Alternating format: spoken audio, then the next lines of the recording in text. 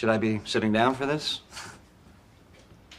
Welcome to Ms. Mojo, and today we're counting down our picks for the top 10 times Friends tackled serious issues. Now we're in a tough spot again, Rach. What do you want to do? How do you want to handle it, huh? Do you want to fight for us, or do you want to bail?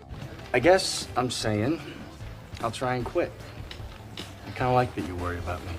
Oh, I'm getting all misty here. You'd think I was having my legs waxed or something. For this list, we'll be looking at various episodes of the TV show Friends that slid over into the serious side for a change. Did we miss a poignant moment from Friends? Let us know in the comments.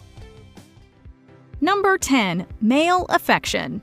As much as we'd like to say that the world has matured, there still seems to be some hesitation from guys when it comes to showing affection with each other. In popular media, men are often portrayed as having to be macho and show little emotion. Hey, listen, I'm sorry about what happened. Yeah, me too. I know. Yeah.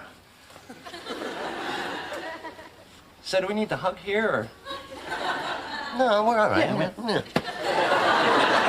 But when it comes to the show Friends, the opposite seems to be true, especially where Chandler and Joey are concerned. Welcome home, man.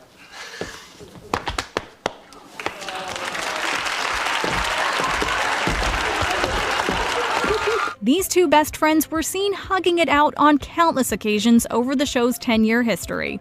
It's a nice illustration of how friends could be willing to go against norms and embrace what true friendship can be about. Yeah, we're gonna be fine. Get out. Yeah? Yeah, you did some real good thinking in there. Man, this is... Number 9. Surrogacy. I guess it just brings back memories, from when I gave birth to my brother's triplets and I had to give them up. One of the more memorable plot lines on Friends was Phoebe's selfless act of carrying Frank Jr. and Alice's babies. I know it's gonna be like a million times harder to give up a baby, but oh my God, it's gonna feel like a million times better, right? The idea of having Phoebe become pregnant came out of the real-life pregnancy of Lisa Kudrow. Producers wanted to find a way to incorporate her pregnancy into the show, and the surrogacy plot made the most sense. And I promise that I'll keep you safe and warm until, you're ready to have them take you home. Along with touching on the real-life struggles of couples trying to conceive, it also speaks to unconventional family beginnings. Surrogacy, adoption, and even one-night stands all played roles in kicking off families while this show was on the air. Number 8. Single motherhood. To the surprise of many, Season 8 introduced Rachel's pregnancy. Ross.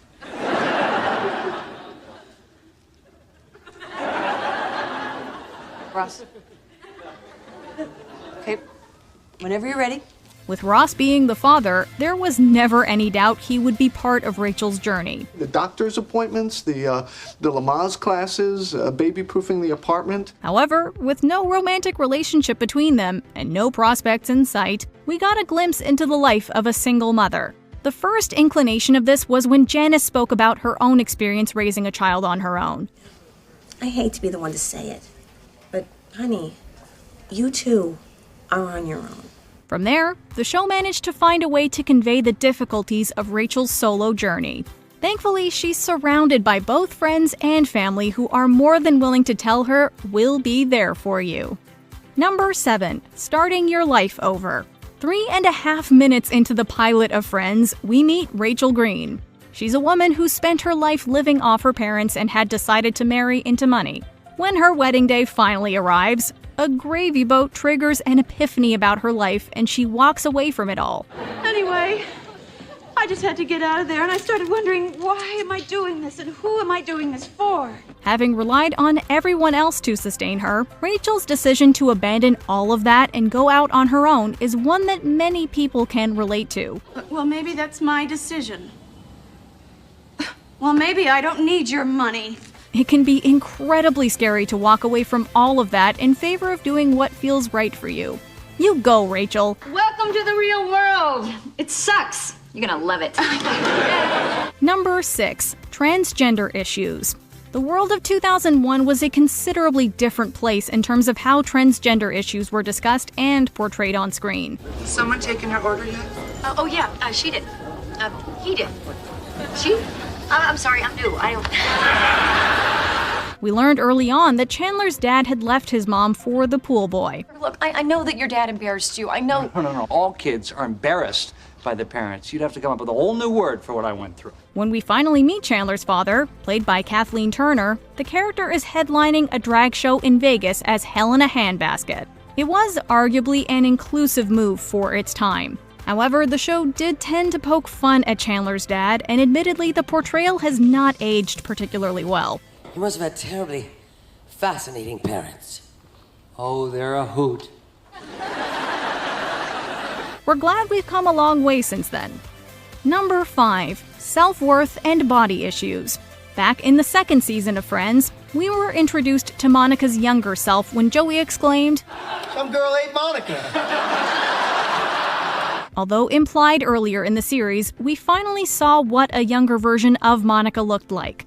However, it wasn't until the Thanksgiving flashback episode that we saw what Monica was put through. Hi, I'm Ross's little sister. Okay. Chandler refers to her as fat, which badly damages her confidence. Friends has been roundly criticized for its fat jokes, for good reason. But this episode did show us how hurtful someone's words could be in relation to body image. I am really sorry. That is so terrible. I'm so sorry. Kudos to the writers for showing us this more vulnerable side to Monica. Number 4. Unconventional families. Years ago, the idea of a family consisted of a husband, a wife, and their kids. As time has passed, the so-called nuclear family is no longer the norm. Like many shows from the 90s, Friends also chose to embrace the idea of non-traditional family types. So how's this gonna work, with us? The fact that the 6 friends themselves are so close makes them more akin to family than many blood relatives. Beyond that, it also gave us a blended family with Ross's son. Ben's good. Yeah? How come you never mentioned Ben before? We just cooked it up. Ben became the child of 2 mothers and a father, something rarely seen on television at the time. Coming from an era that was less accepting of such things, this was a more modern direction to examine the family unit. You get to go home with the baby, okay? Where does that leave me? You get to be the baby's father. Everyone knows who you are. And who am I? There's Father's Day, there's Mother's Day, there's no Lesbian Lover Day. Every day is Lesbian Lover Day. Number 3. Alcoholism. Since Friends focused so much time on the coffee house, it was rare to see them drinking something other than a latte. What do you say we make these coffees Irish? Yet, when Monica gets back together with her old boyfriend Fun Bobby, somehow they burn through 5 bottles of wine. It's here where they discover that Bobby is only fun because of how much he drinks. Did you notice how he always starts his stories with, okay, I was so wasted, or, oh, we were so bombed, or, oh, whoa, so I wake up and I'm in this dumpster in Connecticut. Once he's dry, Chandler quips that he's now ridiculously dull, Bobby. Despite his now tamer demeanor, we were glad to see Bobby taking the right steps on the road to becoming sober. Number 2. Gay marriage. Today, the idea of same-sex marriage is nowhere near as controversial as it would have been in 1996.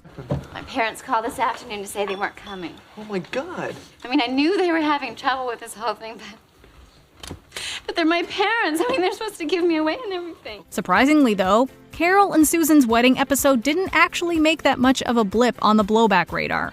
Only 2 network stations prohibited the episode from being aired.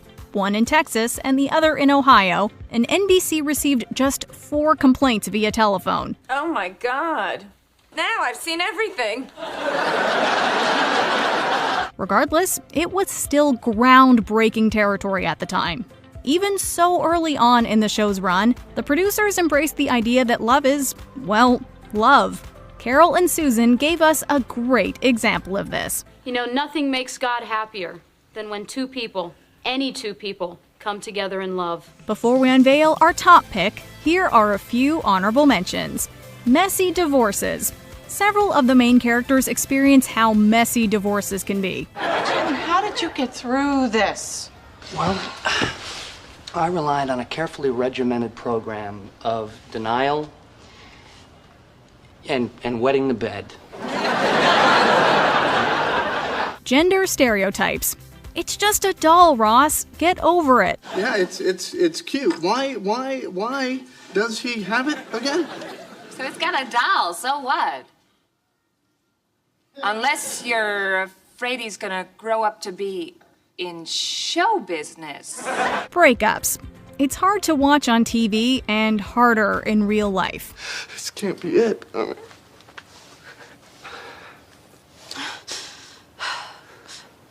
Then how come it is? Before we continue, be sure to subscribe to our channel and ring the bell to get notified about our latest videos. You have the option to be notified for occasional videos or all of them. If you're on your phone, make sure you go into your settings and switch on notifications. Number 1. Fertility issues.